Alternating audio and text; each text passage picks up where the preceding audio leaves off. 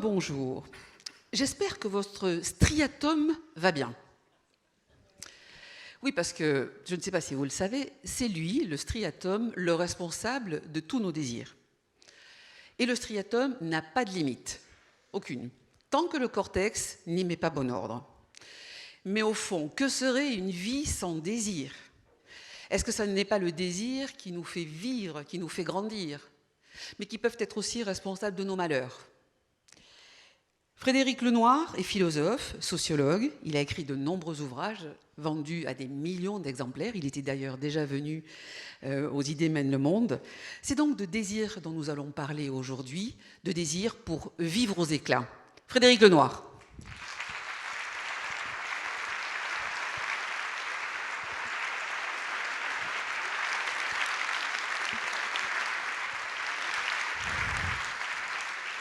Bonjour. Bonjour Frédéric Lenoir. Je ne sais pas si vous le savez, mais je pense que là, on dépasse toutes les limites qu'on pensait avoir atteintes. Non seulement cet auditorium est plein comme neuf, tous les écrans sont allumés dans tous les espaces pour que votre intervention, votre parole soit entendue. Est-ce que vous avez, vous avez conscience du bien que vous faites aux gens parce qu'ils sont là pour ça? Est-ce que vous le percevez, ça? Ça me touche beaucoup, et puis c'est vrai que ça m'arrive souvent que des gens m'arrêtent dans la rue en disant j'ai lu tel livre, ça a changé ma vie. Je me dis au fond ma vie a du sens, j'ai cette chance folle de pouvoir faire un métier qui peut toucher le cœur et la vie des gens, donc je suis plein de gratitude envers la vie, envers mes lecteurs, et ça me touche chaque fois beaucoup. Et puis je suis heureux d'être là, parce que vous savez j'ai le plaisir d'avoir tous les 8 ans en moyenne un petit coup de fil de François Bayrou qui il y a 8 ans m'avait appelé pour me dire je lance un colloque, les idées mènent le monde. Je dis mais quelle belle idée, quel beau titre d'ailleurs, et on va faire un truc sur le bonheur, est-ce que ça t'intéresse? Et je lui dis ça tombe bien, je viens de publier ce livre Du bonheur, un voyage philosophique. Donc c'était vraiment une super synchronicité. Puis là il me rappelle il y a quelques mois, tiens Frédéric, comment ça va depuis tout ce temps? Et puis je fais le thème sur l'envie de vivre, est-ce que ça t'intéresse? Je lui dis écoute, je viens de publier un livre sur le désir, donc on est super synchro, et puis ça me fait très plaisir de vous retrouver parce que j'avais déjà eu un très bel accueil la dernière fois, et puis j'aime cette région, j'ai une amie qui habite à Jurançon, donc j'ai le plaisir de venir 2-3 fois par an ici, donc vraiment merci de votre accueil. Mais c'est nous qui vous remercions d'être là. Alors par contre, si vous avez avant nous le sujet de l'année prochaine, vous ne vous en privez pas, hein, vous nous le communiquez. Frédéric Lenoir, on vous reçoit aujourd'hui pour Le désir, une philosophie, vivre aux éclats. J'adore cette expression tellement et puis elle est tellement en phase avec le thème qui nous réunit cette année. Quelle question simple et facile, vous allez me dire, quel désir vous a pris d'entreprendre la rédaction et la publication de ce livre? En fait, je trouvais qu'on vivait une période difficile, morose, angoissante, entre 3 ans de Covid, la guerre en Ukraine, la crise de l'énergie, du pouvoir d'achat, etc. Les gens n'ont pas le moral. Et puis, je me suis dit, tiens, c'est le moment de réactiver un peu notre élan vital. Et j'avais beaucoup lu un philosophe que j'aime énormément, qui s'appelle Spinoza. Auquel vous avez consacré. J'ai fait il y a 5 ans un livre sur lui, qui nous dit, le désir, c'est l'essence de l'homme. C'est le moteur de nos vies. Et donc, il ne faut surtout pas, même si le désir peut créer plein de problèmes, parce que le désir est la cause de tous nos malheurs et de tous nos bonheurs.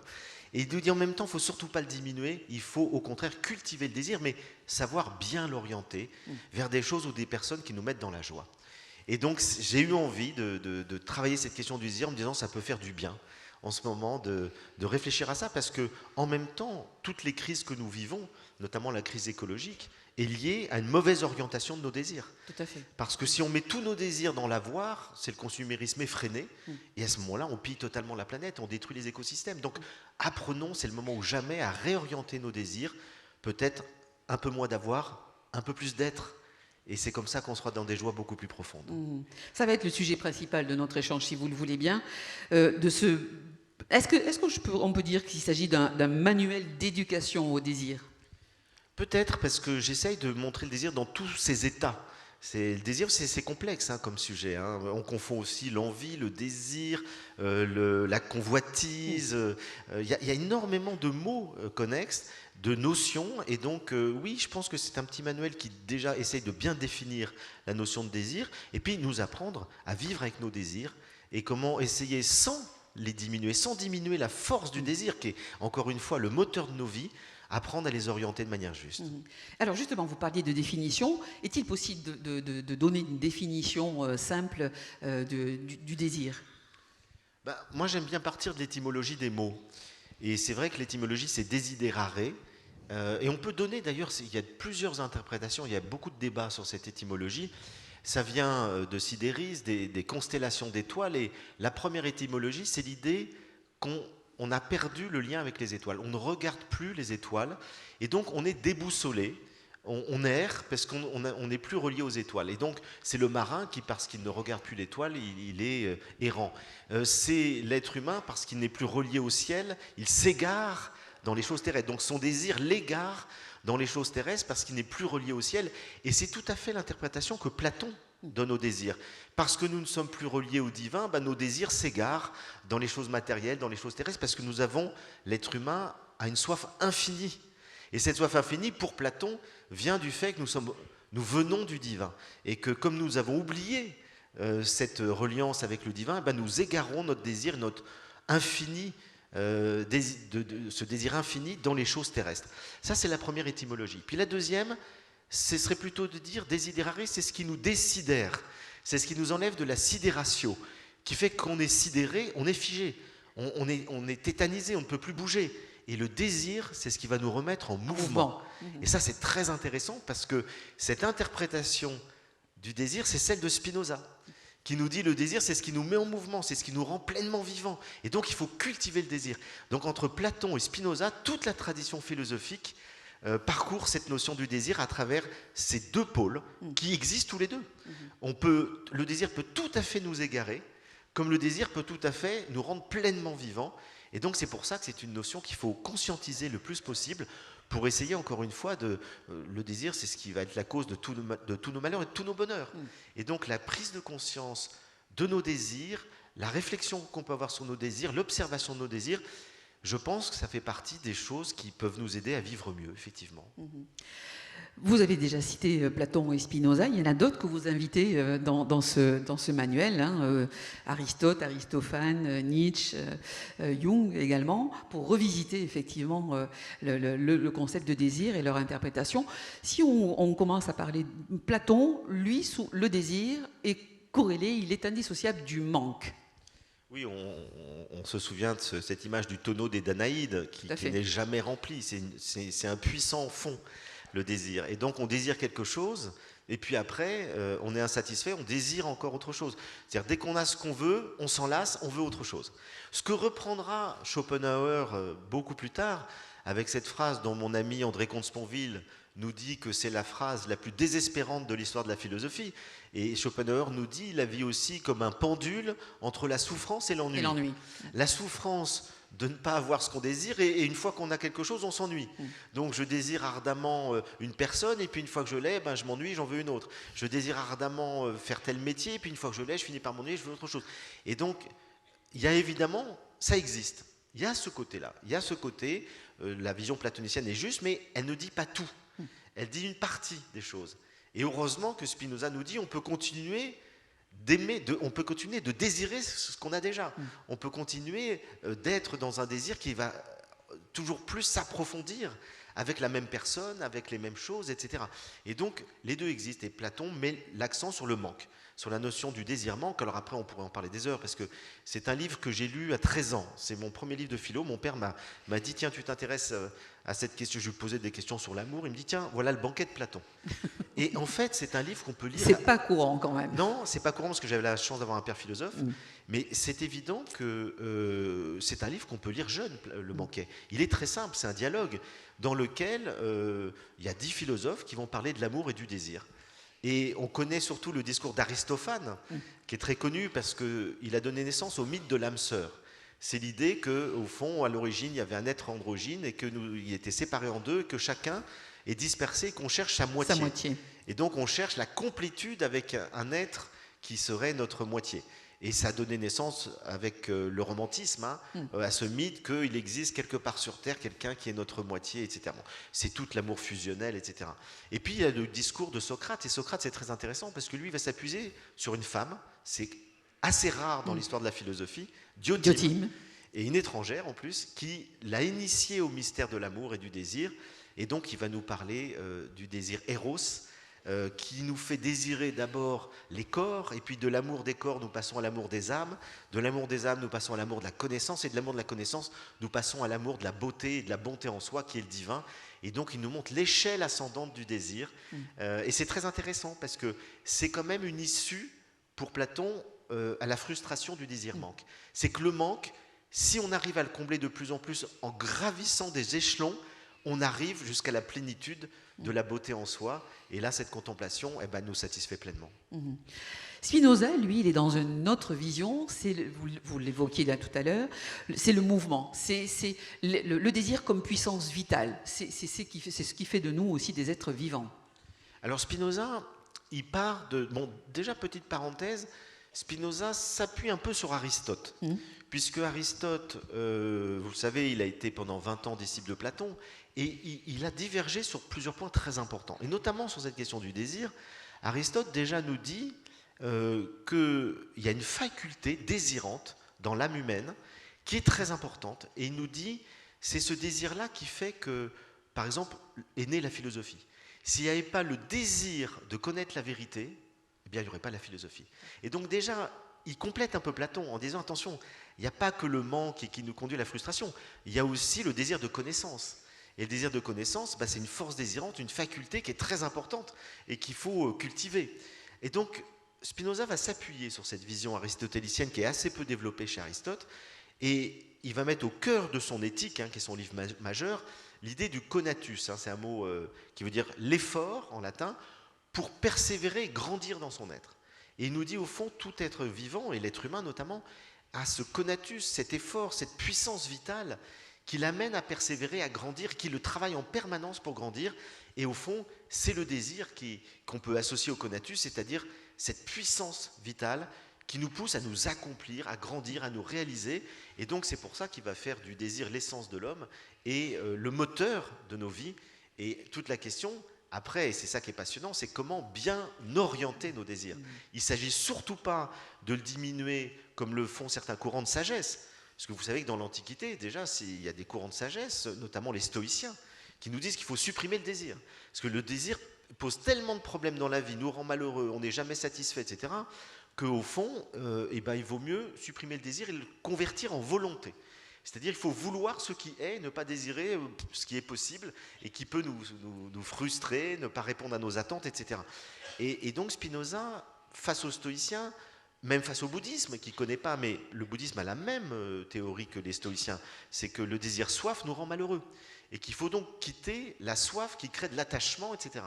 Eh bien, Spinoza a un autre point de vue. Il nous dit le désir en soi est bon, ce sont des idées inadéquates qui font que nous orientons mal nos désirs. Nous pensons que telle personne est bonne pour nous, parce que nous la désirons, alors que non, c'est simplement qu'elle répond à des attentes inconscientes, à des choses que nous n'avons pas réglées. Donc il a fait de la psychanalyse avant Freud, puisqu'il nous dit que la plupart de nos désirs sont guidés par des choses inconscientes, par notre imaginaire. Et donc il s'agit de connaître suffisamment la personne pour discerner s'il est juste ou pas d'orienter nos désirs vers elle. Vous savez la définition que donne l'amour de Spinoza ? C'est une joie liée à l'idée d'une cause extérieure. Alors, ce n'est pas la définition la plus romantique que je connaisse. L'amour, c'est une joie liée à l'idée d'une cause extérieure. Mais c'est la plus géniale. Parce que tout est dit en une phrase. L'amour, c'est une joie. On tombe en amour, comme disent nos amis québécois, on est dans la joie. Liée, alors la cause extérieure, dans le cadre d'une relation amoureuse, c'est une personne. Mais Spinoza ne nous dit pas, c'est une joie liée à la cause extérieure. Non, c'est une joie liée à l'idée d'une cause extérieure.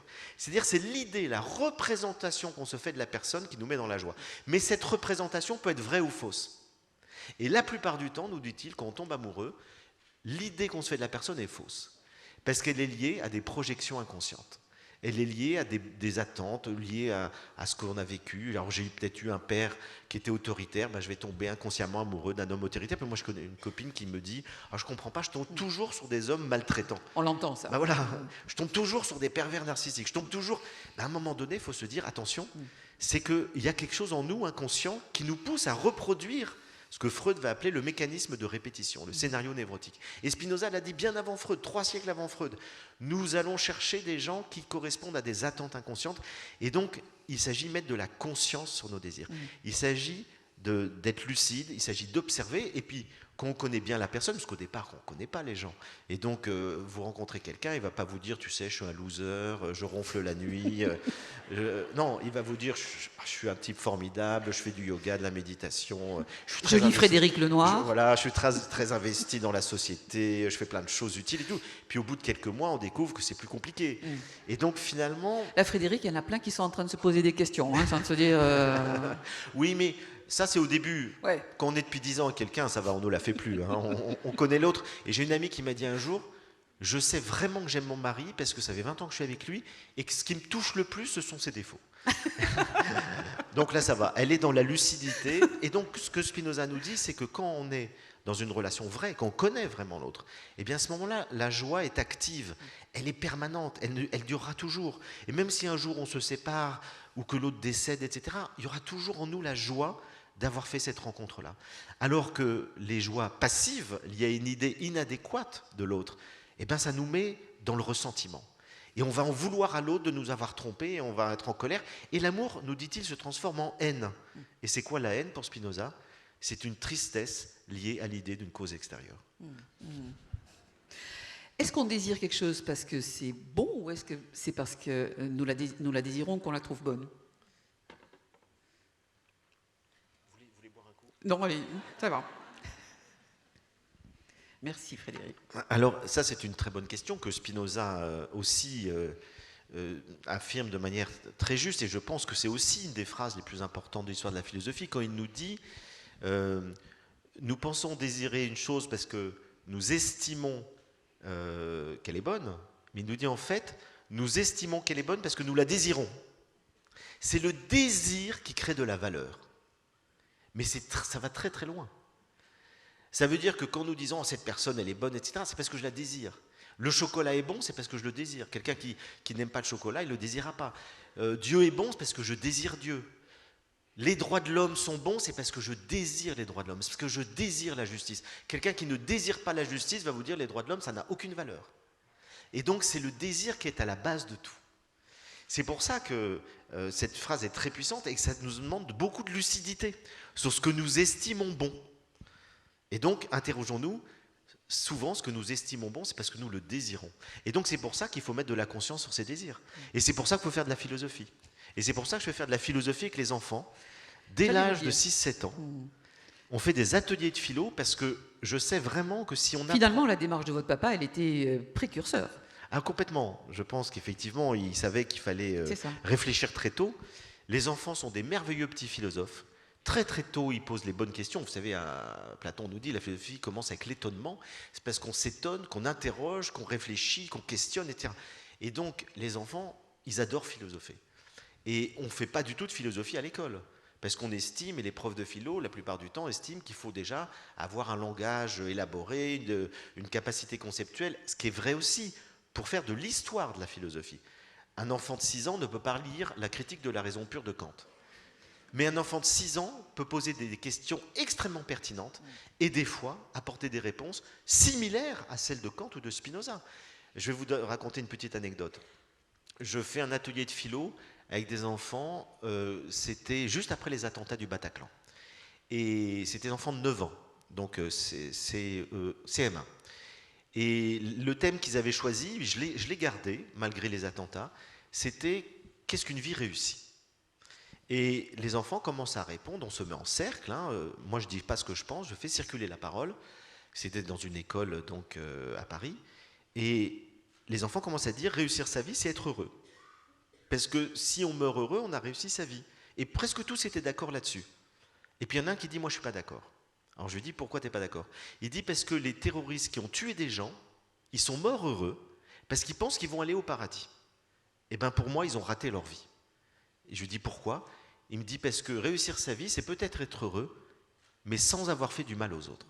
Et si on meurt heureux en ayant tué des gens, etc., on a raté sa vie. » Et il a converti tout le monde. C'est-à-dire, tous les autres disaient, mais t'as raison. Et les gens très riches qui partagent pas, ils ont raté leur vie. Alors que les gens qui ont de l'argent, qui en donnent aux autres, ils ont réussi leur vie. Et on est parti sur un débat où ils ont fait la distinction entre la vie heureuse et la vie bonne. Et la vie bonne, c'est le bonheur plus la justice. Alors je dis à ce petit garçon, tu vois, tu dis la même chose que Socrate. Socrate nous dit, au-dessus de la vie heureuse, il y a la vie bonne, c'est-à-dire vivre selon le bien, qui fait qu'on doit vivre de manière juste. Et un bonheur sans justice, il manque quelque chose. Et ce garçon me dit, je suis heureux de savoir que Socrate pense comme moi. Et il a raison. Alors, je dis ça parce qu'il faut vraiment qu'on développe les ateliers de philo dans les écoles. On le fait dans des villes, dans des cités éducatives, comme à Trappes, par exemple, depuis 3 ans. La municipalité nous a commandé des ateliers philo. On en fait dans toutes les écoles. Ça a changé totalement la vie scolaire. Et ça change la vie des enfants. Et donc, je me bats. Là, je vais essayer d'obtenir un rendez-vous avec le ministre de l'Éducation nationale pour qu'on accentue ça et que c'est vraiment quelque chose de... Ah, peut-être que François Bayrou peut me donner un petit tuyau, d'ailleurs. Oui, c'est moi qui vais l'appeler pour une fois. Ça. Ou vous accueillir dans les écoles de Pau. Voilà. Je pense que les portes vous seraient ouvertes. Mais en tout cas, j'ai créé une fondation, une association à un but non lucratif, SEV, ça veut dire Savoir être et vivre ensemble, où on forme des animateurs d'ateliers philo. D'ailleurs, si vous êtes intéressé, vous allez sur sev.org. Ça peut être des retraités, des personnes qui ont un peu de temps, des mères de famille. Enfin, on les forme. Il y a toute une série de week-ends de formation. Et après, ils vont dans les écoles et on forme des enseignants également. Enfin, en tout cas, on a formé 5000 personnes en 5 ans et les résultats sont formidables. Tout ça pour vous dire qu'il faut philosopher. Il faut mettre de la conscience, de la lucidité sur nos désirs et ça commence très tôt. Est-ce que vous avez une solution pour qu'on conserve l'enfant qui était en nous en grandissant? C'est ce que dit Michel Onfray. Il dit en fait, on est tous philosophes, certains le demeurent. Alors pourquoi moi je suis resté philosophe, d'autres ne l'ont pas été? Je pense parce que j'ai continué de cultiver le questionnement. J'ai continué de m'interroger tout le temps et de m'émerveiller tout le temps. C'est quand je regarde la chaîne des Pyrénées là, chaque fois je me dis mais que c'est beau. Quand je regarde le visage d'un enfant qui me sourit, que je ne connais pas, je me dis, mais quelle merveille. Donc je ne cesse de m'émerveiller, je ne cesse de me questionner. Je crois que si on fait ça, on conserve son enfant intérieur et on reste philosophe. J'évoquais rapidement dans l'introduction, avant que vous me rejoigniez, le striatum. Est-ce qu'on peut parler du rôle de ce fameux striatum et de comment on peut réorienter et le canaliser, ce striatum? Alors le striatum, c'est notre cerveau primaire. C'est le cerveau le plus ancien que nous avons, avant la naissance du cortex, et donc il a des millions d'années, et le striatum, on le partage avec pas mal d'animaux. Et ce cerveau primaire nous pousse, nous incite, sans qu'on le sache, à rechercher 4 choses. De la nourriture, du sexe, de l'information et de la reconnaissance sociale. Et c'est des choses qui ont été nécessaires à la survie de l'espèce. Et dans l'évolution, sans sexe, sans vous nourrir, vous ne vous reproduisez pas, vous ne vivez pas. Et sans information et sans reconnaissance sociale, au fond, c'est l'information qui nous permet de mieux connaître notre environnement et donc d'être plus efficace, de mieux chasser, etc. Et tout. Et la reconnaissance sociale, c'est ce qui nous pousse toujours à grandir pour être plus valorisé.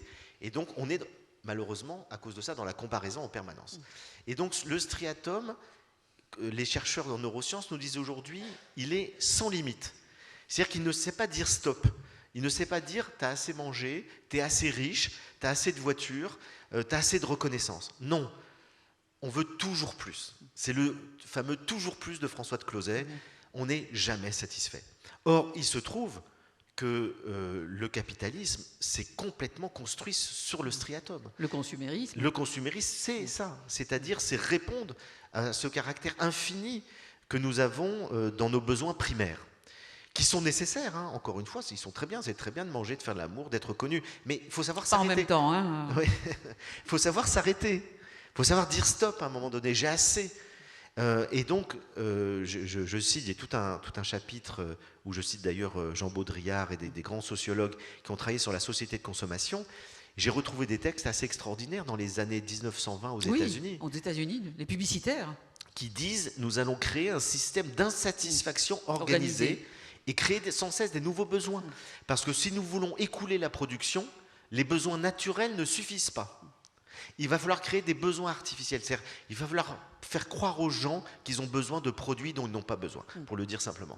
Et donc, c'est parce qu'on va créer ça qu'on pourra toujours plus produire, toujours plus vendre. Et toute la publicité était fondée là-dessus. Alors ça a commencé aux États-Unis avec monsieur, vous avez une Mustang 6 cylindres, savez-vous que votre voisin a une Mustang 12 cylindres? Et donc on se compare, parce qu'on juge sur le striatum, la comparaison, et à ce moment-là, on crée de l'insatisfaction, on se dit, mais non, je ne savais pas qu'on pouvait avoir 2 fois plus et on veut avoir 2 fois plus. Madame, votre frigidaire fait tant de litres, savez-vous que votre voisine a un frigidaire qui fait 2 fois plus? Et hop, ah bah non, bah alors je le veux. Parce qu'on se compare toujours.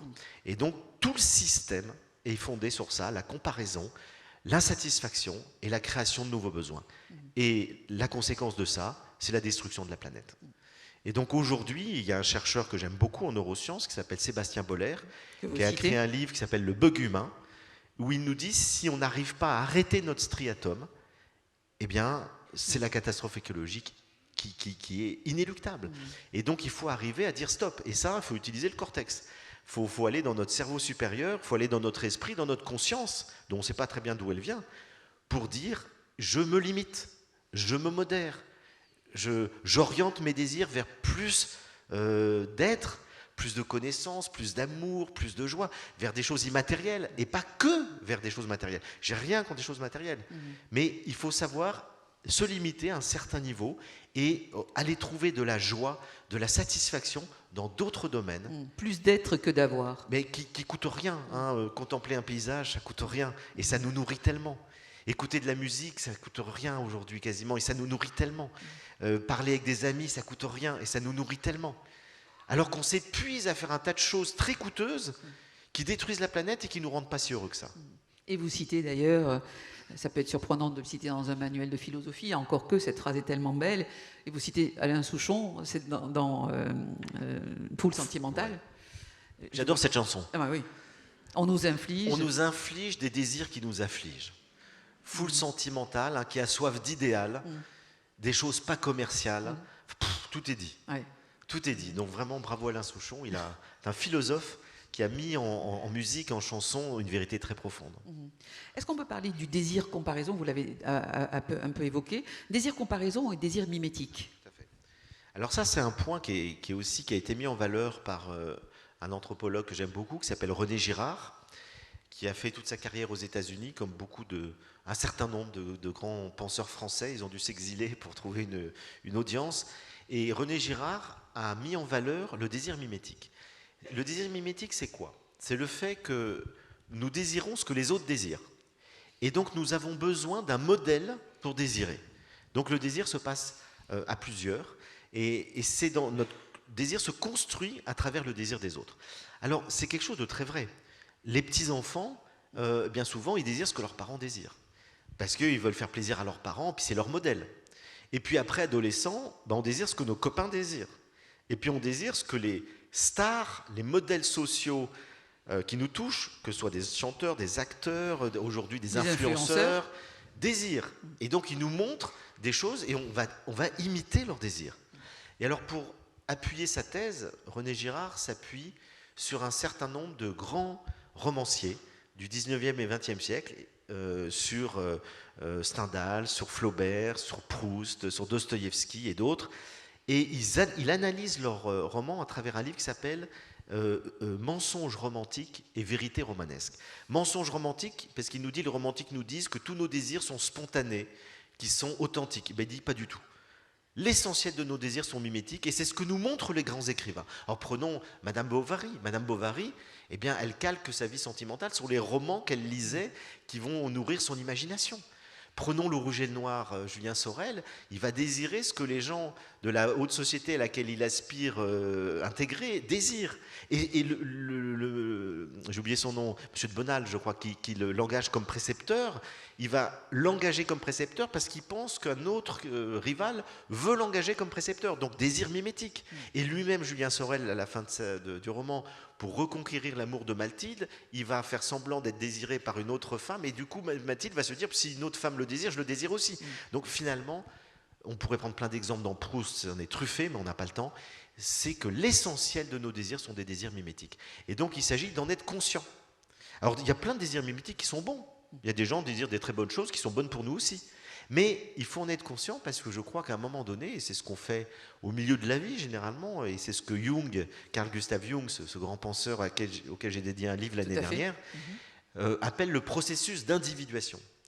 Et il nous dit, il faut devenir, à un moment donné dans notre vie, l'être singulier que je suis. Il s'agit d'arrêter d'imiter les autres, d'arrêter de faire plaisir à papa, à maman, d'arrêter de rechercher juste la reconnaissance sociale.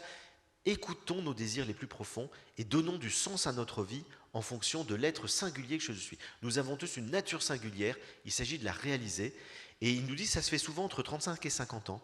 Avant on a le nez dans le guidon, on est pris par les conditionnements familiaux, sociaux, il faut trouver un métier, gagner sa vie, fonder une famille. Puis à un moment donné, on se dit, mais est-ce que tout ça, ça donne du sens à ma vie? Est-ce que je fais le métier que j'ai vraiment envie de faire? Est-ce que je suis avec la bonne personne? Est-ce que je m'engage dans la société comme j'aurais envie de le faire? Et c'est souvent à ce moment-là qu'on change de vie, qu'on change de métier, qu'on peut divorcer. Il se passe ce que Jung appelle le processus d'individuation. Je cherche à devenir l'individu singulier que je suis, c'est-à-dire je cherche à être à l'écoute de mes désirs les plus personnels et les plus profonds. Et après 50 ans on est heureux, parce qu'il y a une étude aux États-Unis qui montre que les gens les plus heureux, c'est entre 50 et 70 ans. Et c'est pas un hasard. Si les enquêtes sociologiques montrent que là où les gens se disent le plus heureux dans leur vie, c'est entre 50 et 70 ans, c'est parce qu'à 50 ans, ils ont commencé à savoir qui ils étaient. Et comment aller vers les bonnes personnes, éviter les mauvaises, faire le boulot qui leur plaît, etc. Et puis après 70 ans, les problèmes de santé peuvent effectivement ternir un petit peu le tableau. Mais c'est intéressant de voir qu'effectivement, souvent, la deuxième partie de la vie est meilleure que la première. Ouf. Quelle est la vision des religions du désir? Les religions sont plutôt là pour canaliser le désir. Et donc, les religions ont joué en fait un rôle très important dans l'histoire de l'humanité. Elles ont été vraiment au fondement de la civilisation, en essayant de limiter le désir pour éviter en fait que le désir de puissance, de pouvoir, la compétition, le désir sexuel et tout, empêche les êtres humains de vivre ensemble. Prenons un exemple très simple qu'on connaît tous, les 10 commandements.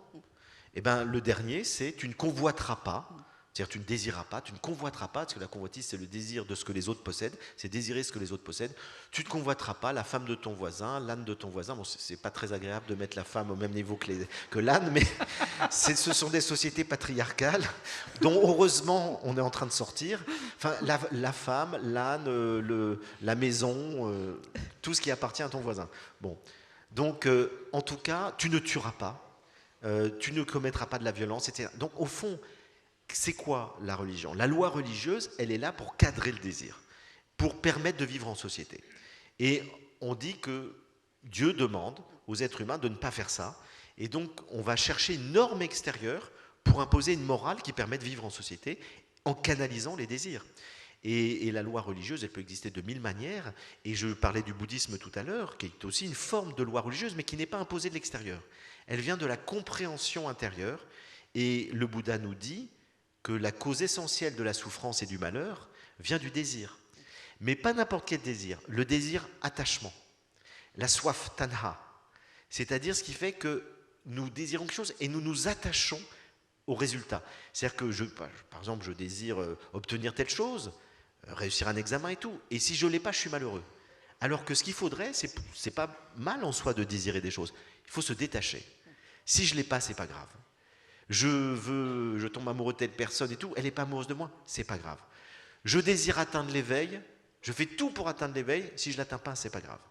C'est-à-dire, au fond, avoir ce détachement au sein du désir.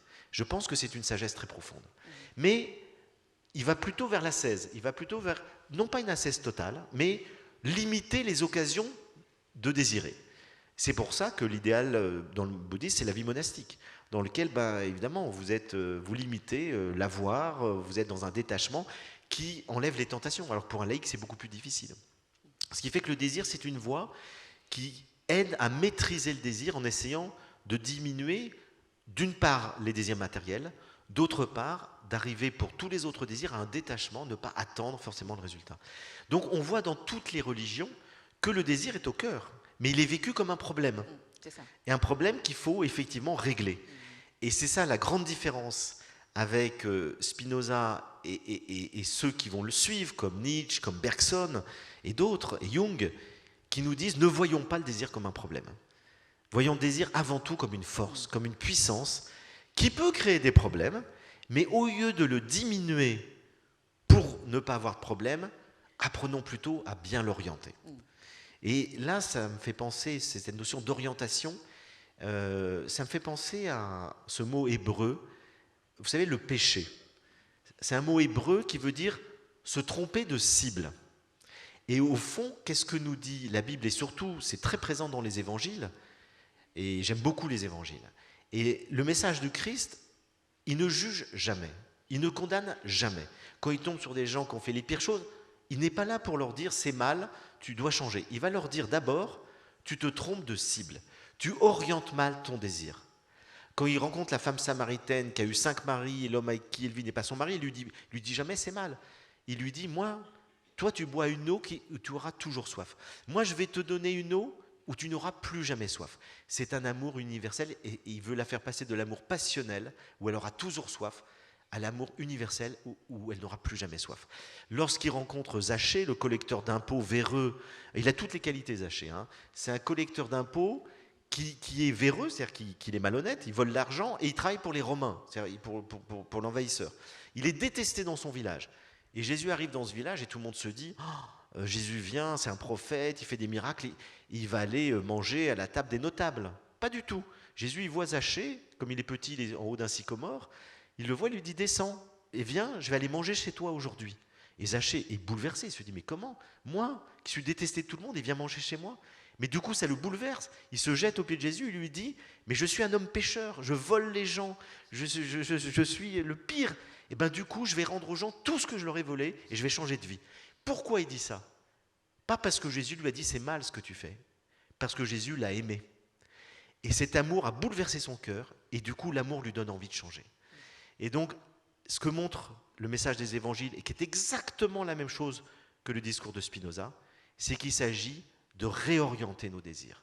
Et le péché, c'est se tromper de cible, orienter nos désirs vers des choses ou des personnes qui nous font du mal et qui font du mal aux autres.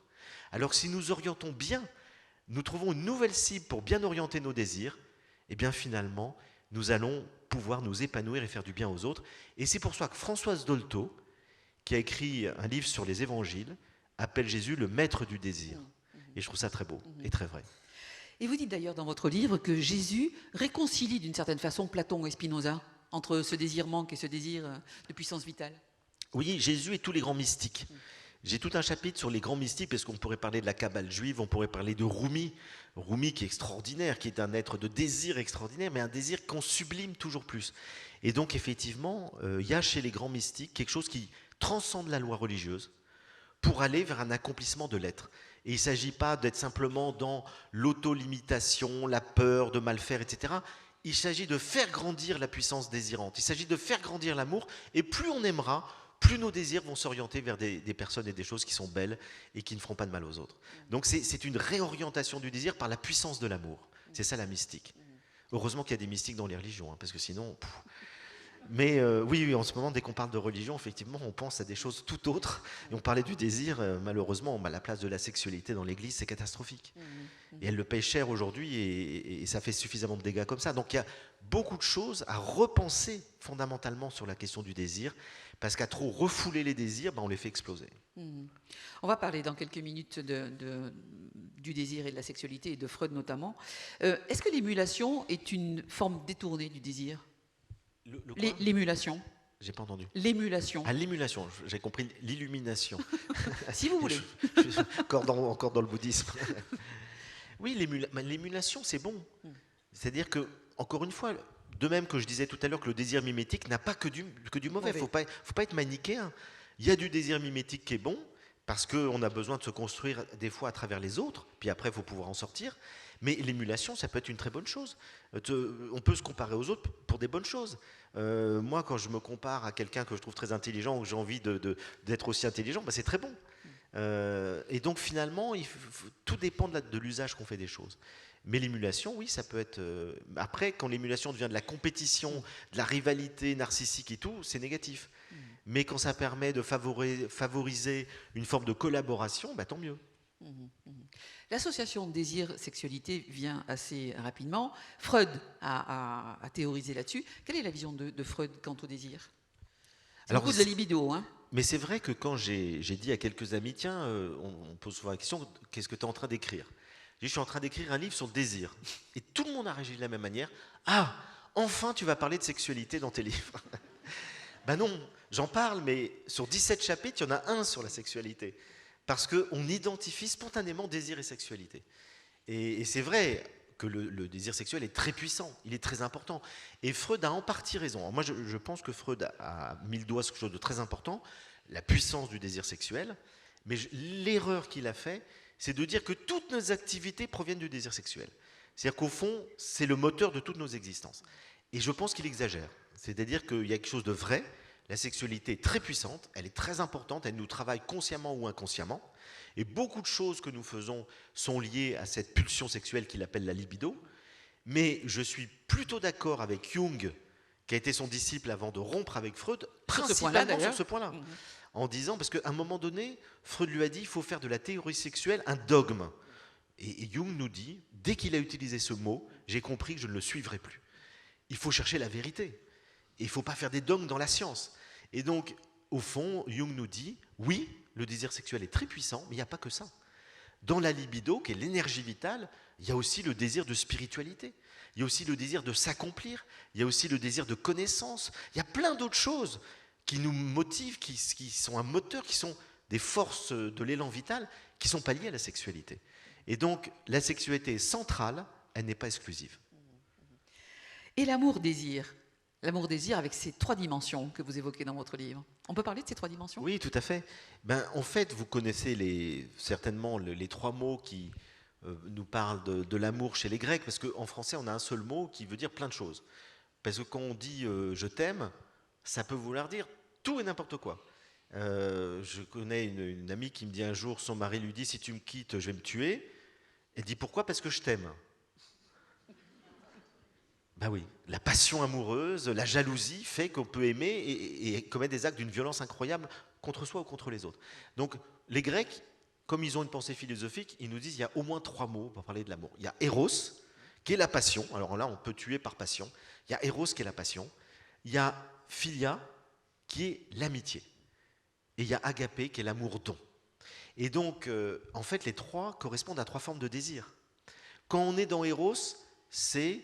Au fond, je prends. C'est l'amour où on prend. On se nourrit à travers la passion.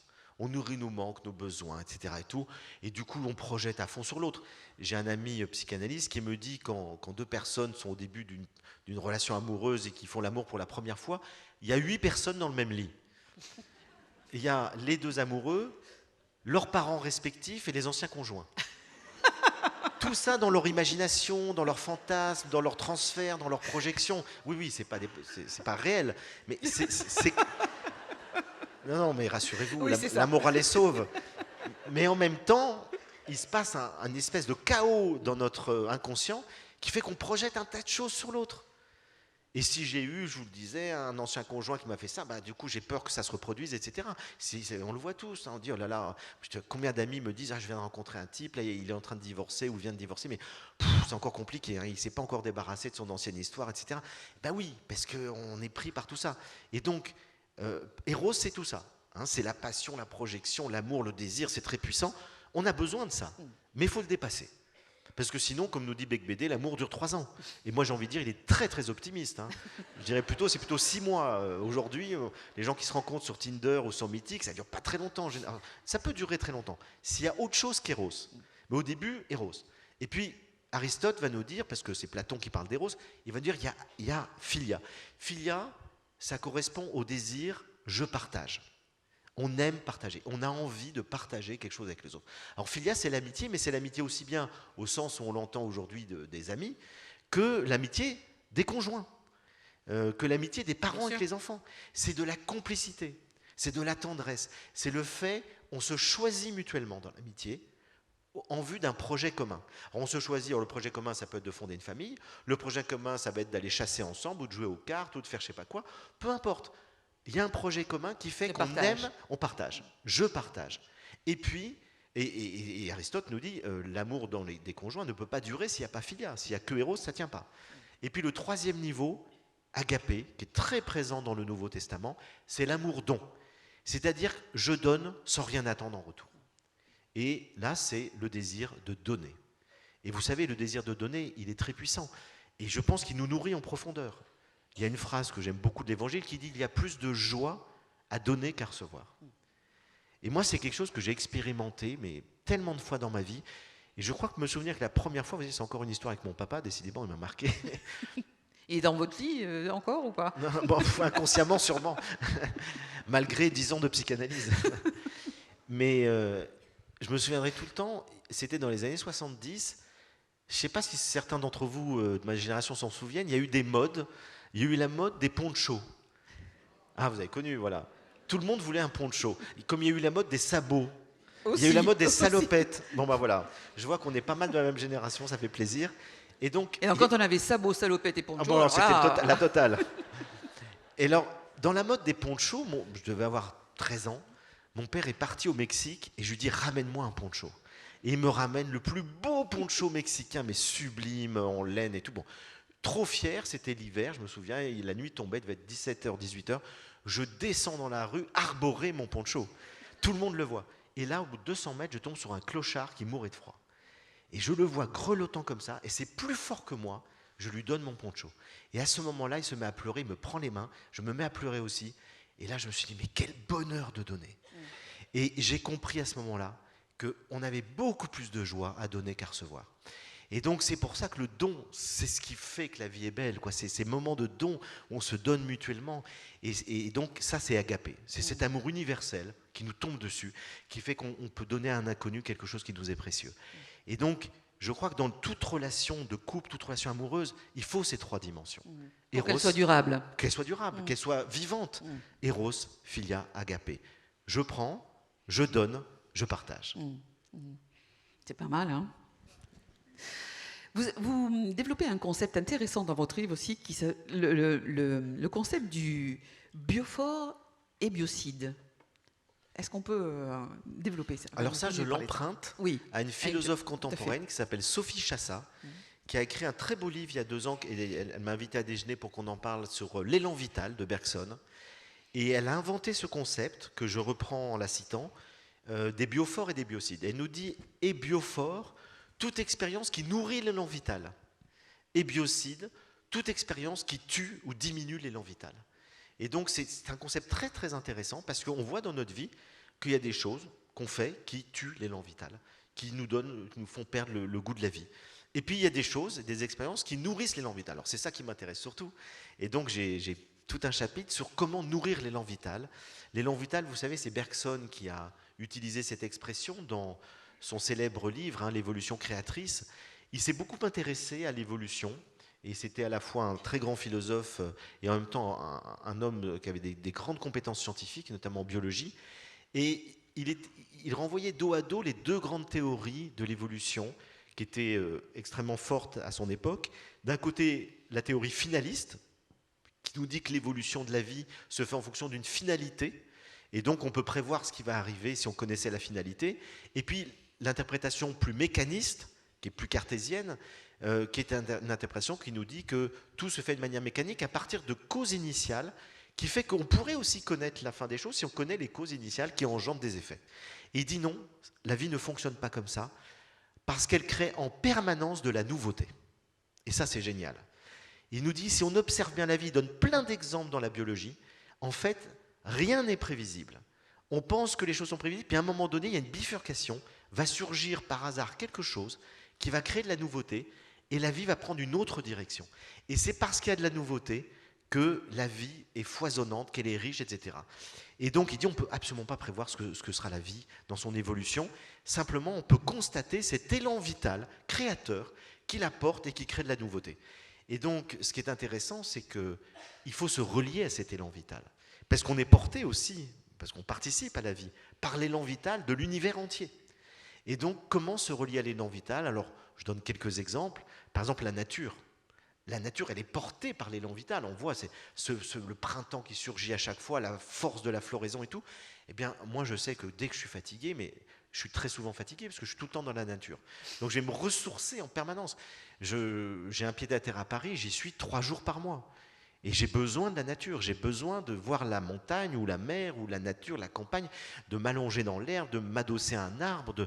C'est ça qui me régénère. Parce qu'il y a cette puissance de vie dans la nature qui nous régénère, qui nous fait du bien. La création artistique aussi?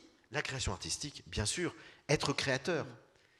Et donc la création artistique, ben, on le voit. À partir du moment où on se met à créer, à dessiner, à peindre, à composer, à chanter, mais on sent l'élan vital qui grandit en nous.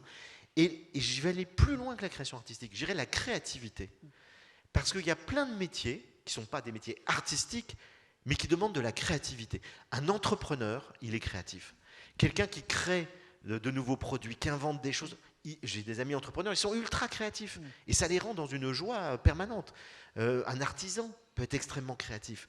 Dans plein de domaines, qu'on fait la cuisine, on peut reproduire à la lettre la recette, et puis on peut être créatif. Et on va se dire, tiens, je vais rajouter un peu de ci, un peu de ça, je vais mettre tel herbe et tout. Mais ça nous met dans la joie. Et donc, la créativité nous relie à l'élan vital, et on n'a pas besoin d'antidépresseurs lorsqu'on est créatif. Je voudrais qu'on revienne, parce que c'est vraiment un sujet qui nous préoccupe probablement beaucoup dans cette salle et dans ceux qui nous regardent, les réseaux sociaux et leurs impacts sur les enfants, les adolescents, et justement relativement au désir.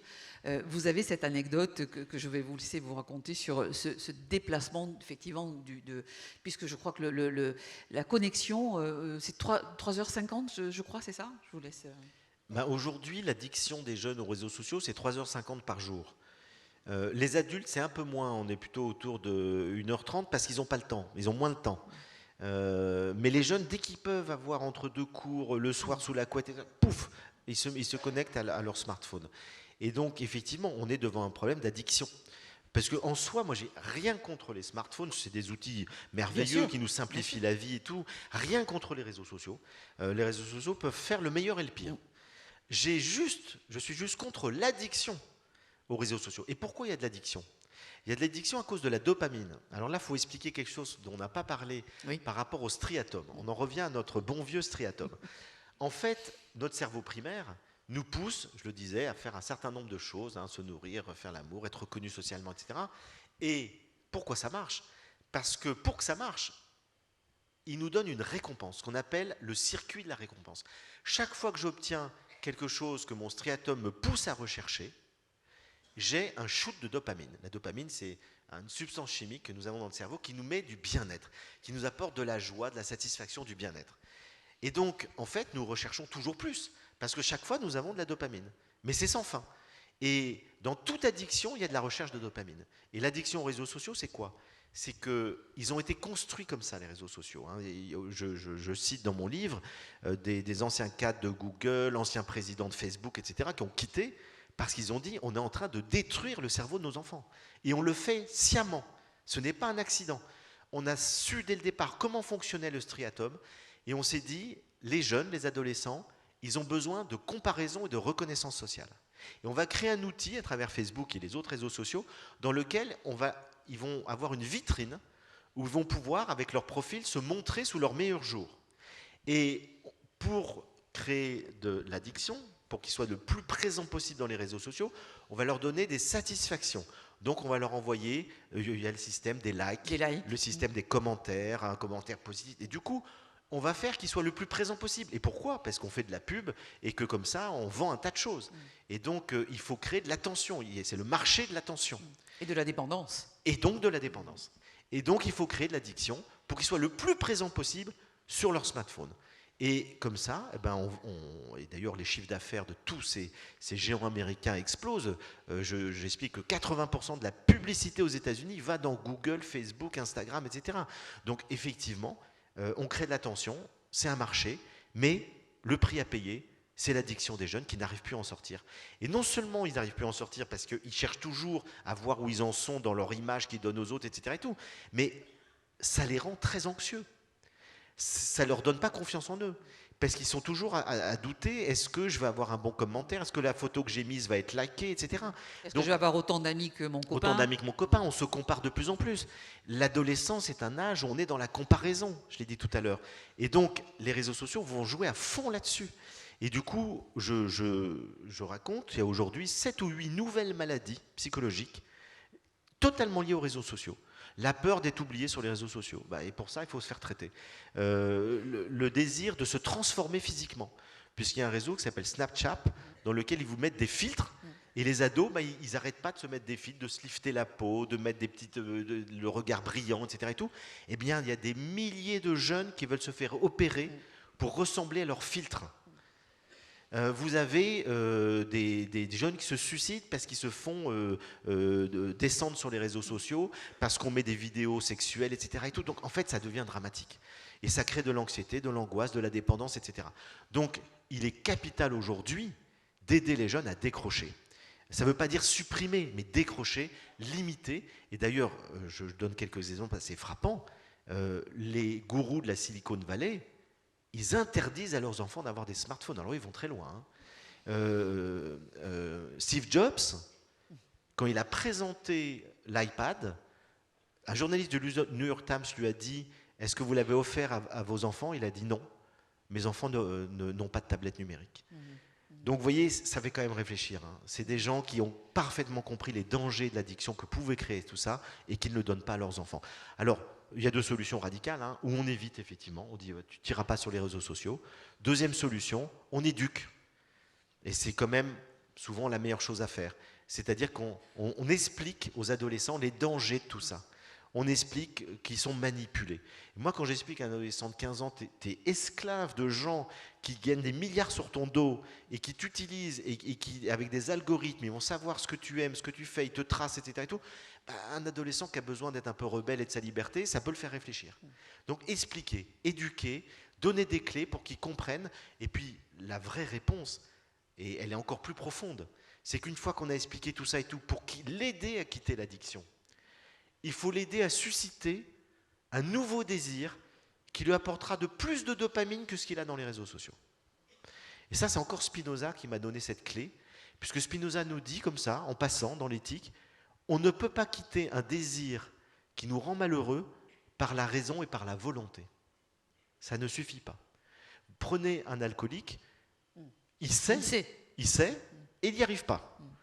Il manque de volonté, et il a beau savoir, donc la raison et la volonté ne suffisent pas. Et Spinoza nous dit, on ne peut quitter un désir mal orienté, donc un désir qui nous rend malheureux, qu'en suscitant un désir supérieur au désir qu'on veut quitter, qui va nous apporter plus de joie et plus de plaisir. Et donc il s'agit de susciter ce désir, de trouver comment un adolescent peut avoir plus de joie. Alors j'ai des exemples. Je connais une adolescente qui était complètement addicte aux réseaux sociaux, et c'est en découvrant l'équitation, elle s'est pris de passion pour les chevaux, du coup tout le temps qu'elle passe à faire du cheval, elle ne le passe pas sur les réseaux sociaux. Elle a diminué complètement sa consommation des réseaux sociaux. On peut trouver comme ça, le sport, la musique. Je connais un autre ado, c'est parce qu'il était passionné de musique, il se rendait compte que s'il voulait grandir et s'accomplir dans la voie musicale, il fallait qu'il passe beaucoup plus de temps à jouer de la guitare plutôt qu'à aider sur les réseaux sociaux. Et du coup, il oublie les réseaux sociaux parce que sa passion prend plus de place. Tomber amoureux, qu'on passe du temps avec quelqu'un, on n'est plus toute la journée sur ces, etc. Et donc, je crois que réorienter le désir en aidant à trouver une motivation, un désir plus important que le désir d'être reconnu uniquement sur les réseaux sociaux, c'est certainement une des clés qui peuvent permettre de progressivement aider les ados à s'en détacher. Et vous racontez d'ailleurs cet autre adolescent dans votre entourage à qui on a proposé un petit chat, et dès qu'il a eu ce chat, c'était un jeune adulte qui était en dépression, qui ne quittait pas sa chambre et qui était sur son ordinateur toute la journée. Et on lui a offert un petit chat, et puis le petit chat, il s'est pris d'affection pour le petit chat, puis du coup le petit chat, il voulait sortir de la chambre. Il fallait s'en occuper. Du coup, il est sorti de la chambre, il s'en est occupé, il a acheté des croquettes, il a retrouvé une vie sociale grâce au chat. C'est merveilleux, les animaux sont merveilleux quand même. Vous savez quelles sont les deux choses les plus recherchées sur Google, sur le moteur de recherche? 1, sexe. 2, chat. Passer du sexe au chat, vous allez voir que c'est une addiction qui est quand même beaucoup plus positive. Moi, j'ai 7 chats, mais je ne les ai pas choisis. Quelle chance! Non, mais je ne les ai pas choisis. Ce sont eux qui vous ont choisi? Oui, parce que j'ai une petite maison en Corse qui est au bord de la mer. Ah, mais c'est comme du tronc. Oui, mais c'est que des chats sauvages qui sont arrivés, que je nourris, puis il y en a qui restent, et puis voilà. Et alors, il y a Spinoza, il y a Bergson, il y a Jung. Vous avez appelé comme ça, non? Alors, c'est vrai qu'il y en a un que j'ai appelé Spinoza. un autre que j'ai appelé Gustave. Non, c'était un chien, ça. J'ai eu un chien qui s'appelait Gustave, que j'avais récupéré à la SPA, qui était un chien merveilleux, c'est un sauvetage. Il avait une phobie de l'abandon, et donc il cassait tout quand les gens partaient travailler. Moi, j'ai dit, je travaille chez moi, donc je le prends, et puis ça a super marché. Et il s'appelait Manhattan, parce qu'il y avait eu les tours de Manhattan qui s'étaient... bon. Et du coup, je l'appelais Manhattan, il ne répondait pas. Alors j'ai mis 7 petits papiers devant lui, j'avais mis des prénoms que j'aimais bien. Il y avait Hugo, Léon, etc. Et puis il a reniflé, il a pris Gustave, et puis voilà. C'est une bonne idée pour faire choisir le nom à son animal. Je voudrais que vous parlez du désir joie. Il y a aussi la joie, cette joie, somme toute assez malsaine, que l'on peut éprouver devant le malheur d'autrui. Alors ça, c'est le pire des vices. Ça s'appelle l'envie. L'envie. Et c'est pas l'envie au sens de convoitise. C'est pas j'ai envie d'avoir la voiture. Ça c'est je désire avoir. C'est la convoitise. L'envie, c'est beaucoup plus subtil. C'est penser que le bonheur des autres enlève mon bonheur, détruit mon propre bonheur. Et du coup, je ne supporte pas le bonheur des autres. Et je veux le détruire. Voltaire nous dit c'est le pire des vices. Et d'ailleurs, il est représenté dans l'iconographie traditionnelle comme un vieillard avec les mains crochues, qui a de la haine et qui envoie des mauvais sorts aux autres. Et donc, c'est vraiment cette idée de l'envie, c'est simplement le fait que les autres soient heureux autour de moi, on veut les détruire. Et toute la littérature est pleine de ça, nous montre à quel point on peut tuer par cette espèce de haine du bonheur de l'autre. Et c'est quelque chose qui est lié évidemment à la comparaison, on se compare. Et pourquoi est-ce qu'on va imaginer que le bonheur de l'autre m'enlève mon propre bonheur? Je ne peux pas vous l'expliquer, mais c'est une tendance humaine. Alors évidemment, si on est dans l'envie, c'est très dur d'en sortir, il paraît, mais on peut quand même. Mais c'est quelque chose qui nous rend très malheureux, qui rend très malheureux les autres.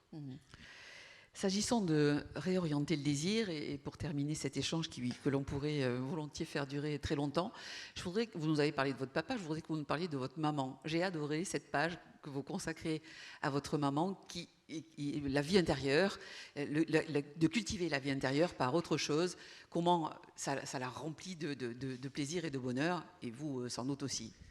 Alors, mon père est décédé il y a quelques années, et ma vieille maman, elle a 97 ans, et elle est en pleine forme, et elle vit dans une maison de retraite médicalisée, à Sisteron, et je vais de temps en temps déjeuner avec elle, et puis c'est vrai que je vois beaucoup de personnes âgées qui ont l'air complètement, mais sans vie, quoi, qui ont le nez qui pique dans leur assiette et tout, puis je vois ma mère qui est plus âgée qu'eux, qui ne pêche pas possible.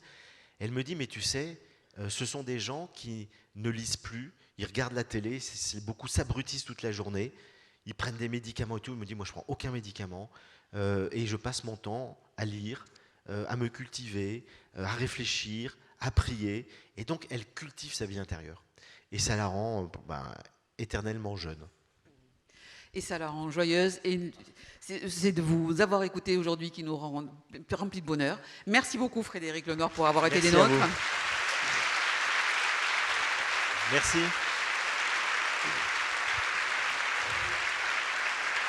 Merci beaucoup. Merci.